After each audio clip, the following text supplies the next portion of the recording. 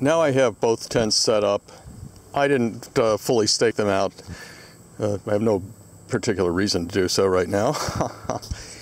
But I just want to point out some of the differences between these two tents. One is, I mean, you can notice the size difference, just a volume difference between the two. It's pretty apparent that the Marmot is a much bigger volume tent.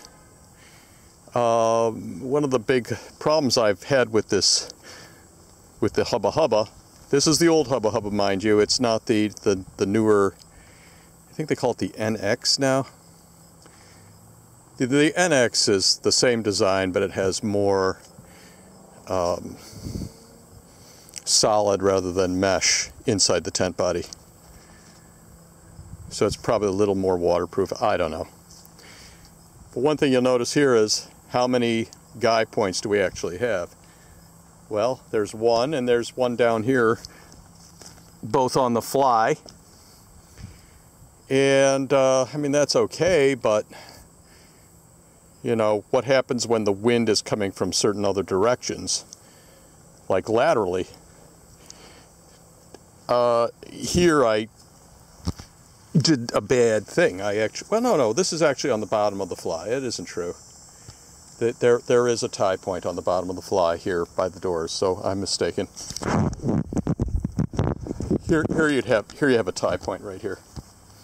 So you do have some, you know, you have a fair number of guy points. This is not a guy point, by the way, although sometimes I'll use it as one. It's for holding the doors. You could use it as a guy point. It's not the best idea, but yeah. And of course, over here on the Marmot, again, it's not fully staked out, so there's some, you know, here's one, there's two. What do we got down here? Here's a third. So you got two as opposed to one there, and you have of course, you have a guy point on the by the doors. Guy point stakes or stakes. I mean, stakes don't do you a heck of a lot of good on Georgian Bay. There's only rock, and you can't drive stakes into rock. So the Marmot comes out ahead, having some additional guy points. 1, 2. As opposed to having a single one here. Rigidity.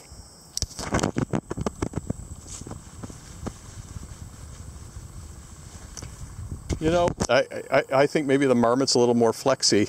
Maybe. It's hard to say.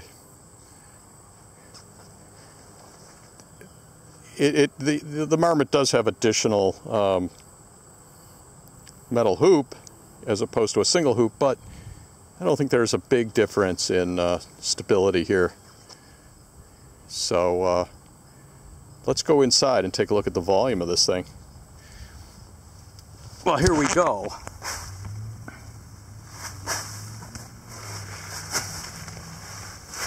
I've owned this tent for a long time, and I've been on many a happy journey with it. Here I'm lying down here. How much space do I have? There's a bit of space above my head. I'm not especially tall. I'm like between 5'9" and 5. I'm around 5'10", 5'9", 5'10", in that range. So I mean, I have enough space. Somebody that's 6'5", they might not like it so much.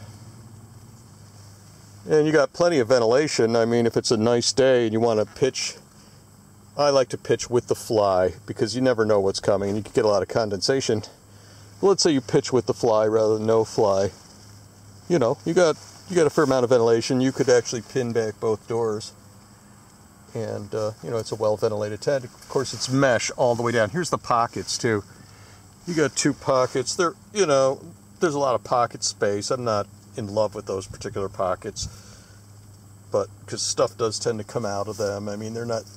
You know, it's adequate. I'm not bitching and moaning about it. Now let's make a move over to the other tent. And you can get a feel for the width. It's not super wide, but you know, ultra-light backpacker tent. If it didn't have the propensity to collapse in the wind, I probably wouldn't have bought this one. Oh, this has some vents on the fly, by the way. kind of interesting. I don't know if I'd ever use them, but... So now I have the door here completely open. There's no bug issues here. I don't have the ground cloth under either one of these tents, by the way. You know. This just, I mean, the inside of this thing is just much greater volume. It's obvious. It's obvious to me sitting here. It may not be obvious to you viewing this video. And you got a place to put your flashlight, and it diffuses the light, which is kind of nice. Pockets. There's double pockets here. So this is actually 2 pockets in one right here. And there's another one at the other end. It's kind of symmetrical. Over here you got the same thing. 2 big pockets in one. It looks like a nice setup. There is another pocket right here. And that, my understanding, and I could be wrong, is to stuff the door fabric into there if you want to leave the door totally open. So that's what I heard that's for. Yeah, there are 2 light diffusing pockets there. Now in terms of zipping this thing up, like I said, you got a lot of options here.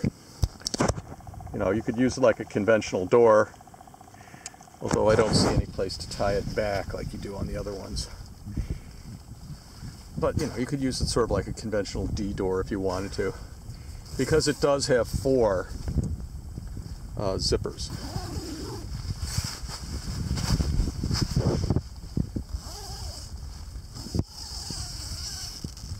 Again, I mean, part of it is fabric, so you don't, you know, you might not get the same views that you would get from the Hubba, where the mesh goes all the way down. You know, on the other hand, if there's a driving rainstorm, having some extra fabric doesn't hurt anything. And here you got the conventional door with this kind of tie down that you would normally expect. Of course, there is no such thing on the other door, on the other side. It just has the 2 zippers. It's very similar to the Hubba, although I would say the doors are bigger on this one. Vestibules. You can see it's a pretty big vestibule in here. I could zip the fly down, but I have it pinned back right here. So, in terms of width, quite a bit wider, quite a bit longer, quite a bit more volume. It's just a bigger tent. Whether proves to be an advantage or disadvantage on Georgian Bay, that remains to be seen. Here you can, now I'll show you the headshot here because so you get a feel for the, yeah. Okay, like I said, that's my cursory review of the new Marmot Limelight 2-person versus my old favorite. I would never call it my favorite, the Hubba. I came from a North Face Roadrunner, which was much more rugged on Georgian Bay. That really counts. But you have trade-offs. I mean, you know, some tents are easier to set up. They're lighter, they're heavier, they have more guide points, they have less guide points. There's all kinds of trade-offs in terms of weight, durability, waterproofness. You can see this is a bigger tent.